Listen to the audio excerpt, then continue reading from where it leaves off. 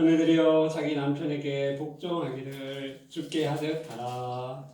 이는 남편이 아내의 머리됨이 그리스도께서 교회의 머리됨과 같음이니 이가 바로 몸의 구주시니라. 그러므로 교회가 그리스도에게 하듯 아내들도 범사에 자기 남편에게 복종할지니라. 남편들아 아내의 사랑하기를 그리스도께서 교회를 사랑하시고 그 교회를 위하여 자신을 주신 같이 하라. 이는 곧 물로 씻어 말씀으로 깨끗하게 하사 거룩하게 하시고 자기 앞에 영광스러운 교회로 세우사 진화나 좀 잡힌 것이나 이런 것들이 없이 거룩하고 흠이 없게 하려 하시니라. 다 같이 이와 같이 남편들도 자기 아내 사랑하기를 자기 자신과 같이 할지니 자기 아내를 사랑하는 자는 자기를 사랑하는 것이라. 아멘.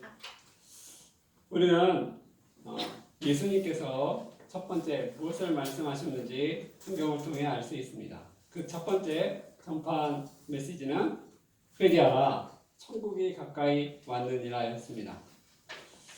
하나님의 나라, 천국은 어떤 곳일까요? 요한복음서에서는 이에 대해 몇 가지 유추할 수 있는 말씀을 주십니다. 나는 세상에 더 있지 아니하오나 그들은 세상에 있사옵고 나는 아버지께로 가옵나니 거룩하신 아버지여 내게 주신 아버지의 이름으로 그들을 보존하사 우리와 같이 그들도 하나가 되게 하옵소서. 하나님과 예수님 안에서 하나가 되는 것입니다.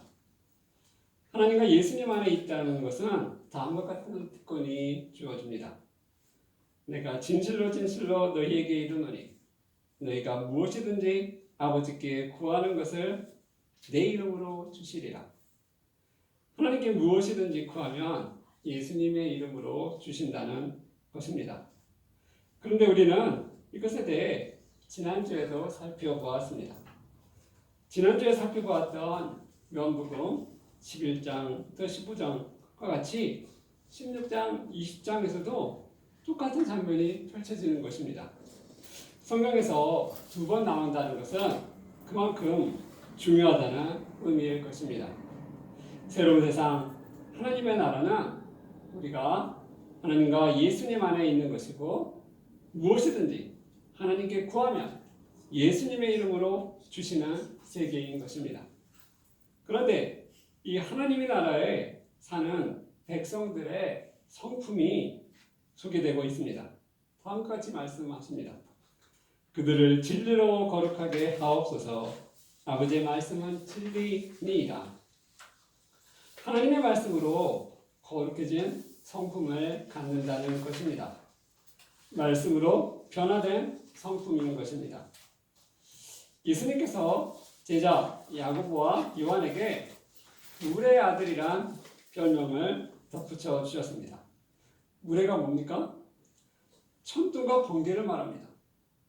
그들은 뱃사람 출신으로 다혈적이었던 것 같습니다. 그러니까 물의 아들이라 하셨겠죠. 세상의 모든 남마 중에 물의 아들이라고 그랬어요. 그러니까 천둥처럼 번개처럼 갑자기 막 웃겠다는 거죠.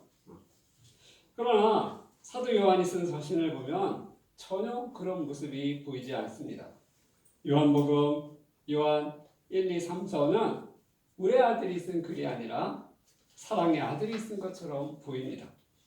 이처럼 말씀이 우리 안에 들어가면 새로운 성품, 거룩으로 바뀌는 것입니다.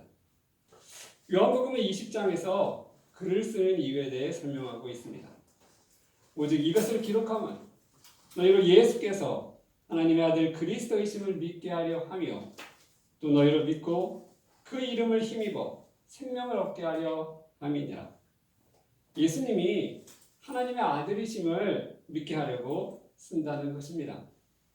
그리스도는 기름 부음 받은 자란 뜻이며 이것은 하나님의 것으로 거룩히 구별된 자를 말합니다. 예수님은 특별히 하늘에서 오신 분인 것입니다. 하나님의 외아들이신 것입니다. 이것을 믿고 그 이름을 의지하여 생명, 영생을 얻게 됩니다. 예수님이 누구인지를 아는 것이 영생을 얻게 되는 길인 것입니다. 예수님은 하나님의 아들이신 것입니다. 이렇게 하나님의 아들 예수님을 믿음으로 하나님의 나라에 들어갑니다. 그런데 우리는 또한 이 땅에서도 삶을 살아갑니다. 지난 시간 우리는 부모와 자녀의 관계에 대해 살펴보았습니다. 5월이 가정의 달이므로 가정에 대한 또 다른 주제인 남편과 아내, 부부의 관계에 대해서도 살펴보고자 합니다. 우리 함께 22절부터 24절까지 합독하겠습니다. 시작. 아내들이여 자기 남편에게 복종하기를 주께 하듯하라. 이는 남편이 아내의 머리됨이 그리스도께서 교회의 머리됨과 같음이니 그가 바로 몸의 구주시니라. 그러므로 교회가 그리스도에게 하듯 아내들도 범사에 자기 남편에게 복종할지니라. 22절을 보면 아내들이여 자기 남편에게 복종하기를 주께 하듯 하라. 이 말씀이 현대에도 적용이 되어야 하는 말씀일까요? 남편에게 복종하기를 주께 하듯 하라. 갑자기 이런 말이 나와요. 복종하기를 주께 하듯 하라. 2000년 전에만 해당되는 말씀이 아닐까요? 라고 생각할 수도 있습니다. 그러나 그렇게 되면 하나님의 모든 말씀은 2000년 전에만 적용되는 말씀으로 변하게 될 것입니다. 이 말씀이 마음에 안 닿아도 이 말씀은 하나님의 말씀인 것입니다. 아내는 남편 대하기를 예수님 대하듯 하여야 한다는 것입니다. 놀라운 말씀입니다. 지금과 같은 시대에서는 핵폭탄과 같은 말씀이 아닐까 생각해 봅니다. 남편을 대할 때 예수님처럼 대해야 한대요. 자, 교회가 그리스도에게 하듯 아내들도 범사에 자기 남편에게 복종할지니라 이렇게 말씀합니다. 그러나 남편들에게도 또한 말씀합니다. 25절부터 28절 또 합독합니다. 시작.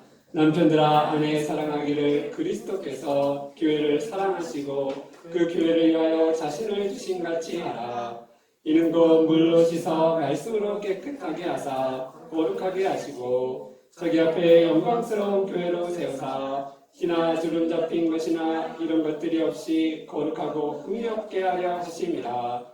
이와 같이 남편들도 자기 아내를 사랑하기를 자기 자신과 같이 할지니 자기 아내를 사랑하는 자는 자기를 사랑하는 것이라. 아멘. 남편들아 아내 사랑하기를 그리스도께서 교회를 사랑하시고 그 교회를 위하여 자신을 주신 같이 하라고 말씀하십니다.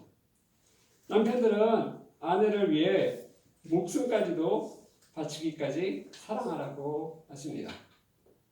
예수님이 교회를 위해 목숨을 버리셨듯이 남편도 아내를 위해 그리해야 한다는 것입니다. 남편들도 자기 아내 사랑하기를 자기 자신과 같이 하라고 하십니다. 그래서 다음과 같이 남편과 아내의 관계를 마무리합니다. 5장 33절에 다음과 같이 말씀하고 있습니다. 너희도 각각 자기 아내 사랑하기를 자신같이 하고 아내도 자기 남편을 존경하라. 예전에 부부관계를 말할 때 쓰는 말이 있습니다. 그것은 칼로 물베기란 말입니다. 여러분 들어보셨나요? 자, 물이 칼로 베어질 수가 있습니까? 그렇죠? 없죠. 아무리 칼로 물을 베어도 물은 다시 합쳐지는 것입니다. 이와 같이 부부는 싸워도 다시 하나로 연합한다는 것입니다. 그런데 요즘에는 이 말이 잘 들리지 않습니다. 더 이상 칼로 물베기가 적용이 안 된다는 것입니다. 부부간의 다툼은 모든 다툼이 그렇듯이 적을수록 좋은 것입니다. 우리는 성경에서 이상적인 부부의 예를 이삭과 리브가에서 볼 수 있습니다. 창세기에 여러 인물이 나오는데 아브라함, 야곱, 근데 이삭의 이야기는 많지 않아요. 이삭의 이야기는 어떻게 보면 평범하고 그래서 그런지 많지 않습니다. 그런데 그 이삭과 리브가가 부부의 이상적인 예가 아닐까 생각해 봅니다. 이삭은 아버지 아브라함이 자신을 제물로 바치고자 했을 때 순순히 순종하였습니다. 그가 비록 아버지가 잡았지만 그가 어느 정도 청년이었기 때문에 도망갈 수도 있었어요. 그러나 그렇지 않았습니다. 그는 믿음의 사람이었습니다. 아버지가 하나님으로부터 이런 말씀을 들었다는 걸 듣고 예 알겠습니다. 자신을 제물로 드리는데 동의했던 것입니다. 리브가는 아브라함의 종이 우물가에서 물을 달라 하였을 때 그에게뿐만 아니라 그가 데리고 온 낙타들에게도 물을 기꺼이 먹여준 넓은 마음의 여인이었습니다. 그렇게 부탁하지도 않았는데 아브라함의 종이 물을 달라 했을 때 그 사람뿐만 아니라 낙타가 한두 마리가 아니라 한 10마리쯤 됐던 것 같아요. 그 낙타들에게도 다 우물가에서 물을 기르다가 다 먹였던 것입니다. 부탁하지도 않았는데 스스로 이렇게 넓은 마음, 베푸는 마음이 있었던 여인이었던 것입니다. 이삭 40세에 결혼하여 60세에 에서와 야곱 두 아들을 얻었습니다. 약 20년간 자녀가 없어 애태웠던 시절도 있습니다. 모든 게 다 풍족했던 것 같지만 자녀가 없었어요. 아브라함이 100세의 아들을 얻었던 것처럼 이삭도 20년 동안 자녀가 없고 20년 후에 야곱과 에서를 얻었던 것이죠. 이렇게 하나님은 한꺼번에 모든 것을 다 주지 않습니다. 뭔가를 이렇게 부족하게 주셔서 하나님을 찾게 이렇게 만드십니다. 가뭄이 들었을 때 이삭은 애굽으로 내려가지 않고 하나님의 말씀에 순종하여 그 땅에 머물러 100배의 수확을 거두기도 하였습니다. 잘못하면 자신의 판단 여하에 따라서 자신의 모든 가족과 가축이 다 죽을 수도 있었습니다. 가뭄이 오기 때문에. 그러나 하나님이 여기서 머물러라. 그럼 내가 축복하겠다. 이 말씀을 들었어요. 그래서 사람들은 가뭄인데 내려가야 됩니다. 여기서 죽습니다. 이렇게 많은 조언이 있을 수도 있지만 그래도 믿음으로 어떻게 보면 자신의 운명과 모든 자신의 식솔들의 운명을 걸고 하나님 말씀을 붙들어서 오히려 축복을 받았습니다. 이들은 한평생 해로하다가 이삭은 180세에 부름을 받아 세상을 떠났습니다. 리브가도 생을 마치고 둘은 같이 헤브론의 막벨라굴에 안치되었습니다. 그는 죽을 때도 같은 무덤에 같이 죽었습니다. 둘은 평생 사랑하며 생을 마쳤던 것입니다. 정말 우리가 볼 수 있는 가장 인상적인 부부가 아닐까 생각해 보게 됩니다. 말씀을 마치겠습니다. 우리는 예수님이 하나님의 아들이심을 믿고 그 이름을 의지해 영생을 얻습니다. 하나님의 세계로 들어갑니다. 그런데 우리는 이 땅에서도 삶을 살아야 합니다. 특히 대부분 부부로 살아가게 됩니다. 하나님이 바라시는 부부의 관계는 어떤 것입니까? 성경은 말씀하시기에 남편과 아내의 관계는 예수님과 교회의 관계라고 말씀하십니다.